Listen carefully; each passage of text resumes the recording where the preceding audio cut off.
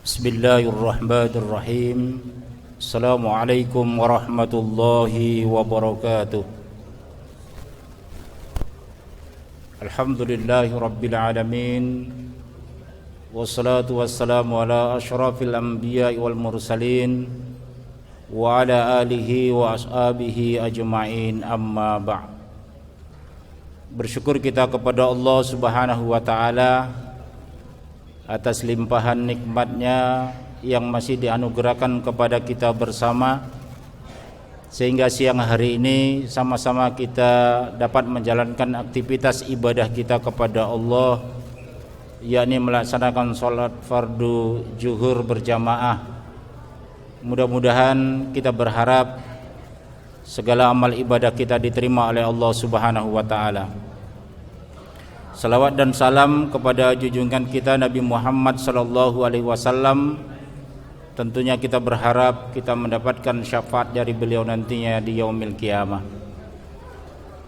Jamaah salat zuhur yang dirahmati Allah Subhanahu wa taala, dalam ceramah singkat kali ini tema yang akan dibawakan terkait dengan pentingnya penanaman akhlak sosial dalam kehidupan kita. Jamaah yang dirahmati Allah Subhanahu wa taala, seorang penyair terkenal yang bernama Asy-Syauqi pernah mengatakan, innamal umam al ahlaqu ma baqiyat fa in humu jahabat ahlakuhum jahabu. Yang artinya Asy-Syauqi mengatakan bahwa sesungguhnya kejayaan sebuah umat, sebuah kaum, sebuah bangsa itu adalah terletak pada akhlaknya. Ketika akhlak mulia itu masih dilakukan mereka, namun ketika akhlak itu jauh atau pergi dari mereka, maka sesungguhnya jatuhlah umat atau bangsa itu. Jamaah yang dirahmati Allah Subhanahu wa taala, berdasarkan syair ini tentunya Asy-Syauqi ingin menggambarkan bahwa pentingnya akhlak dalam kehidupan ini, dan akhlak menjadi tolak ukur terhadap kemajuan dan jatuhnya sebuah umat dan sebuah bangsa. Oleh karena itu Rasulullah mengingatkan kepada kita supaya kita senantiasa untuk berakhlak yang baik dalam kehidupan ini. Dalam sebuah hadis Rasulullah mengatakan, ittaqullaha haitsumma kunta, bertakwalah kamu di mana saja kamu berada, watbi sayatan hasanatan tamhuha, dan ikutilah perbuatan-perbuatan syai', perbuatan-perbuatan yang tidak baik itu dengan perbuatan yang baik. Wa khaliqin nas bi khuluqin hasanin, dan berakhlaklah kamu kepada manusia dengan akhlak yang mulia. Perhatian Rasul dalam hadis ini menunjukkan bahwa kita diperintahkan untuk bertakwa di mana saja berada, dalam pengertian kita senantiasa tanamkan dalam diri kita rasa takut kepada Allah Subhanahu wa taala, bukan dalam arti takut itu menjauhi Allah. Dalam makna takwa itu, takut kepada Allah adalah takut terhadap azabnya, takut terhadap siksanya, dan takut terhadap murkanya. Karena takut terhadap azab, murka, dan siksanya, kemudian seorang hamba itu adalah melakukan segala yang diperintahkan oleh Allah Subhanahu wa taala agar dia terjauh dari siksa dan murka dari Allah Subhanahu wa taala. Yang kemudian adalah ikutilah perbuatan-perbuatan burukmu itu dengan perbuatan kebaikan. Artinya jangan biasakan bahwa perbuatan dosa yang kita lakukan itu larut dengan perbuatan dosa itu, maka sesungguhnya perbuatan dosa itu akan bisa dihapus dengan perbuatan-perbuatan kebaikan yang kita lakukan dalam kehidupan ini, apakah dalam bentuk beribadah kepada Allah dan juga mohon ampun terhadap segala dosa itu. Dan yang ketiga kata Rasul adalah berakhlaklah kamu kepada manusia dengan akhlak yang mulia. Rasul sebagai utusan Allah Subhanahu wa taala diutus oleh Allah ke permukaan bumi ini, tujuan utamanya adalah untuk menyempurnakan akhlak manusia. Bu'istu liutammima makarimal akhlak, kata Rasulullah, bahwa aku diutus itu oleh Allah Subhanahu wa taala dalam rangka menyempurnakan akhlak. Artinya adalah bahwa kehadiran Rasul ketika itu yang prioritas adalah melihat bahwa orang-orang Makkah ketika itu dari sisi akhlak adalah cukup memprihatinkan dan mengalami sebuah kehancuran. Dan kemudian diutus oleh Allah Rasulullah dalam rangka memperbaiki akhlak-akhlak orang kafir Quraisy agar mereka bisa berakhlak yang baik dan mengenal Allah Subhanahu wa taala. Oleh karena itu jamaah yang dirahmati oleh Allah Subhanahu wa taala, akhlak itu adalah sepertiga dari ajaran Islam. Akhlak itu adalah sepertiga dari apa yang disebutkan Allah di dalam Al-Quran. Karena sesungguhnya sepertiga pertama dari ajaran Islam itu berkaitan dengan persoalan akidah atau keimanan, dan sepertiga kedua dari ajaran Islam itu berkaitan dengan persoalan syariah yang di dalamnya menyangkut persoalan ibadah dan muamalah, dan sepertiga berikutnya adalah bahwa ajaran Islam itu mengajarkan terkait dengan persoalan akhlak. Dan kalau kita mau jujur adalah bahwa akhlak itu adalah buah dari keimanan dan amal soleh yang kita lakukan. Karena Islam mengajarkan bahwa keimanan yang kita miliki, yang kemudian setelah kita meyakini dengan keyakinan kita yang mantap, kemudian seseorang akan mendirikan ibadah kepada Allah Subhanahu wa taala, dan ibadah yang dilakukan itu akan melahirkan sebuah buahnya adalah akhlak.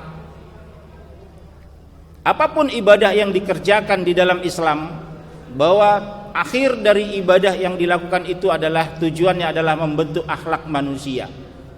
Kita ambil contoh bahwa sholat yang kita lakukan adalah bukan hanya sekedar amal soleh dalam rangka pengabdian diri kepada Allah Subhanahu wa taala, tetapi ibadah sholat yang kita lakukan pada akhirnya adalah akan menjadikan kita orang-orang yang berakhlak.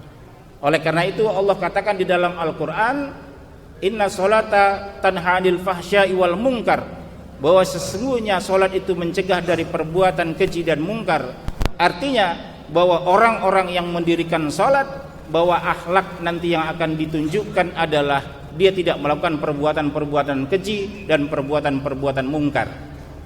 Dan begitu juga ibadah-ibadah yang lain, ibadah puasa umpamanya, bahwa orang yang melakukan ibadah puasa bukan hanya sekedar melakukan ibadah makan sahur dan menahan lapar dan haus, tetapi akhir dari puasa itu adalah akan menumbuhkan sebuah kasih sayang, kepedulian terhadap orang-orang fakir miskin, orang-orang yang tidak mampu.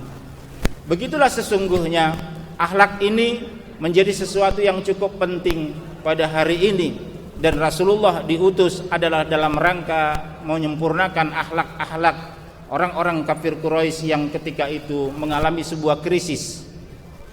Jamaah yang dirahmati Allah Subhanahu wa taala, apakah krisis akhlak itu hanya terjadi pada zaman Rasul?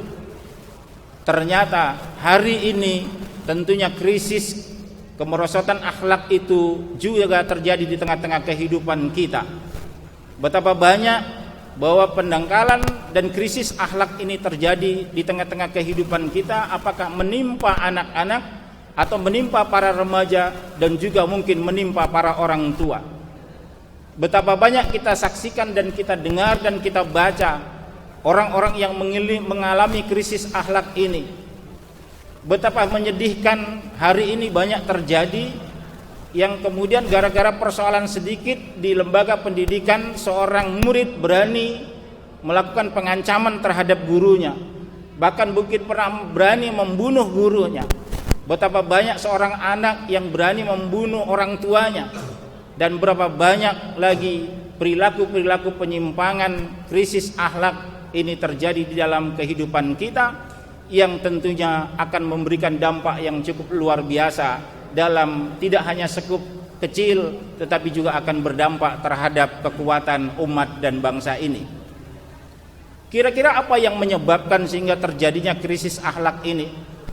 Paling tidak secara sederhana ada 3 hal yang membuat krisis terjadinya kemerosotan akhlak ini. Yang pertama adalah yang disebut dengan dhaful iman, lemahnya keimanan seseorang akan berdampak terhadap krisis akhlak di tengah-tengah kehidupan kita. Iman adalah merupakan sebuah pondasi dalam keagamaan kita.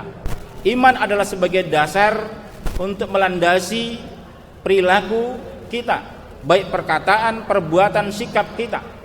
Dan iman menjadi dasar dalam kehidupan kita untuk beribadah kepada Allah Subhanahu wa taala. Lemahnya keimanan ini tentunya akan memberikan sebuah dampak terhadap terjadinya kemerosotan akhlak di tengah-tengah kehidupan kita. Betapa banyak kejadian kemerosotan akhlak yang terjadi, yang itu disebabkan karena lemahnya keimanan seseorang.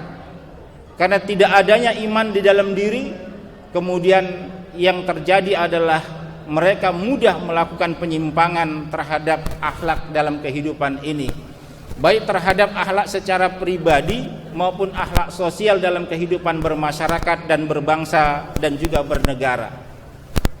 Yang kedua, yang menyebabkan lemahnya atau krisis akhlak ini adalah yang disebut dengan bi'a'ah syai'ah, yaitu lingkungan yang buruk, lingkungan yang tidak mendukung. Bahwa ketika seseorang bergaul di sebuah lingkungan yang buruk, maka pada akhirnya dia akan menjadi orang yang buruk.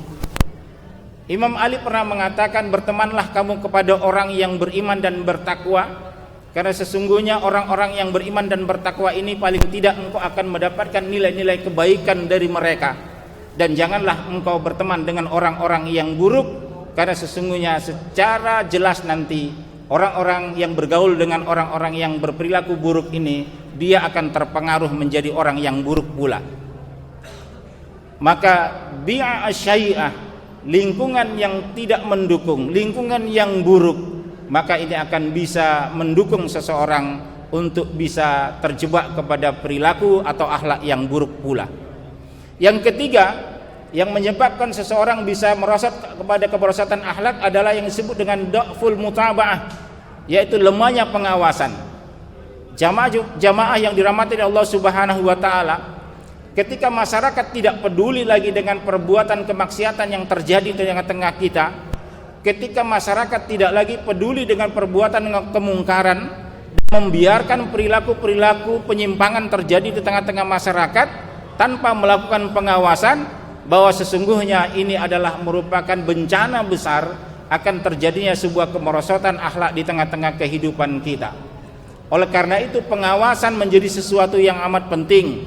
Tidak hanya pengawasan terhadap diri pribadi, tetapi juga pengawasan yang dilakukan orang tua dan masyarakat, dan juga mungkin aparat, dan lebih luas lagi adalah pemerintah melakukan pengawasan terhadap hal-hal perbuatan-perbuatan kemungkaran di tengah-tengah kehidupan ini, adalah upaya dalam rangka jangan sampai terjadi sebuah kemerosotan akhlak di tengah-tengah kehidupan kita. Oleh karena itu jamaah yang dirahmati Allah Subhanahu wa taala, Allah mengingatkan kita para orang tua supaya jangan meninggalkan generasi yang lemah. Dalam surah An-Nisa ayat 9 jelas Allah memberikan pernyataan, a'udzubillahi minasyaitonir rajim, wal yakhshal ladzina law taraku min khalfihim dzurriyyatan dhi'afan khafu 'alaihim falyattaqullaha falyaqulu qaulan syadida. Ayat ini memberikan penegasan kepada kita bahwa sesungguhnya para orang tua jangan meninggalkan generasi di belakang mereka adalah generasi yang lemah. Bukan hanya sekedar lemah akidahnya, bukan hanya sekedar lemah ekonominya, tetapi jangan sampai mereka lemah dalam persoalan akidah ini, persoalan akhlak ini. Karena sesungguhnya ketika generasi yang ditinggalkan lemah akhlaknya, maka itu adalah merupakan sebuah bencana yang besar dalam kehidupan ini. Apa yang mungkin yang terjadi akhir-akhir ini adalah hilangnya rasa kepedulian orang terhadap orang lain, adalah merupakan sesuatu bencana, bahwa sudah tidak ada lagi rasa kasih sayang yang muncul di tengah-tengah kehidupan ini. Media yang menerpa begitu banyak, yang kemudian membuat orang lupa terhadap yang lainnya, tidak peduli dengan yang lainnya. Bahkan yang menyedihkan lagi, ketika terjadi sebuah musibah, bukan perilaku menolong orang yang tertimpa musibah, tetapi apa yang dilakukan oleh banyak orang, kemudian mereka membuat video musibah itu dan kemudian video itu di-share kemana-mana. Artinya apa? Kepedulian orang terhadap sebuah orang yang tertimpa musibah bukan menolong, tetapi yang kemudian yang muncul adalah perilaku menyebarkan itu kemana-mana tanpa muncul rasa kepedulian dan kasih sayang kepada sesama. Itulah yang hari ini yang hilang. Orang sudah hidupnya nafsi-nafsi. Ketika berkumpul orang banyak, maka yang terjadi adalah mereka disibukkan dengan androidnya masing-masing tanpa tegur sapa dengan satu dengan yang lain, dan itu adalah sebuah contoh kecil dari betapa akhlak, kepedulian dan kasih sayang sudah mulai hilang di tengah-tengah kehidupan kita.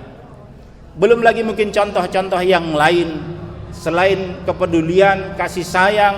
Bahkan yang menyedihkan lagi adalah bahwa orang sekarang tidak lagi peduli ketika dia berbuat keburukan terhadap teman yang lain. Mereka mengumbar kesalahan orang lain, mereka membuli temannya, mereka menceritakan aib temannya, dan itu di-share di media sosial, dan itu juga bagian dari sesuatu akhlak yang tidak terpuji dalam kehidupan kita. Inilah merupakan bahwa tidak hanya peran tanggung jawab orang tua dalam rangka mengembalikan bagaimana seorang anak, seorang generasi kepada akhlak yang mulia, tetapi hari ini tentunya tanggung jawab bersama untuk mengembalikan generasi-generasi hari ini supaya mereka berakhlak yang mulia. Seorang guru tentunya punya tanggung jawab bagaimana menciptakan seorang murid yang berakhlak. Seorang orang tua bertanggung jawab terhadap akhlak anaknya. Seorang dosen juga bertanggung jawab membina untuk menjadikan seorang mahasiswa berakhlak. Karena sesungguhnya proses pembelajaran bukan hanya transfer ilmu, bukan hanya transfer knowledge. Karena sesungguhnya transfer knowledge itu bisa dilakukan dengan media apa saja. Bahkan Google sudah memberikan banyak informasi tentang itu. Tapi sesungguhnya yang tidak bisa dilakukan oleh media-media itu adalah bagaimana kita menciptakan akhlak itu yang tidak bisa dilakukan selain kita, partisipasi kita dan peran kita untuk menciptakan orang-orang yang berakhlak, baik secara individu dan juga akhlak secara sosial dalam kehidupan, baik berteman, bermasyarakat dan berakhlak kepada orang tua dan lain-lain sebagainya. Mudah-mudahan tanggung jawab kita, peran kita dan bagian dari kehidupan kita, bahwa jadilah kita menjadi orang-orang yang senantiasa berakhlak yang baik, dan senantiasalah kita berupaya untuk menciptakan akhlak yang baik di tengah-tengah kehidupan kita. Ketika setiap orang bertanggung jawab terhadap dirinya untuk berakhlak yang baik, maka sesungguhnya itu akan bisa menciptakan akhlak yang baik di tengah-tengah kehidupan kita. Demikian saja ceramah singkat ini, mudah-mudahan bisa menjadi renungan kita bersama. Akhirul kalam, wabillahi taufiq wal hidayah. Assalamualaikum warahmatullahi wabarakatuh.